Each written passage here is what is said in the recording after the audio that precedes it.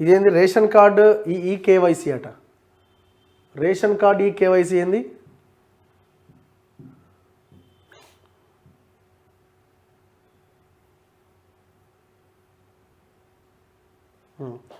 తెలంగాణలో ration card ఈ KYC ప్రక్రియ కొనసాగుతున్నదట. అయితే దీనికి సంబంధించిన గడువు పైన అధికారులు కీలక అప్డేట్ ఇచ్చిరట.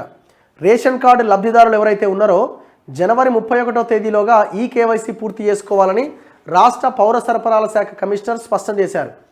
కేవైసీలో భాగంగా ఆధార్ ధృవీకరణ, లబ్ధిదారుల వేలిముద్రలు, ఐరిష్ వంటి గుర్తింపులను సేకరిస్తున్నారట.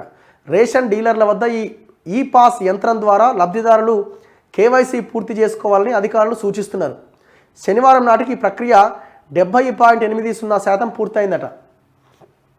ఎవరెవరికైతే రేషన్ కార్డు ఉన్నదో వాళ్ళంతా మీ దగ్గర ఉన్న రేషన్ కార్డు ఆ స్లిప్ పట్టుకొని రేషన్ షాప్ దగ్గరికి వెళ్ళండి.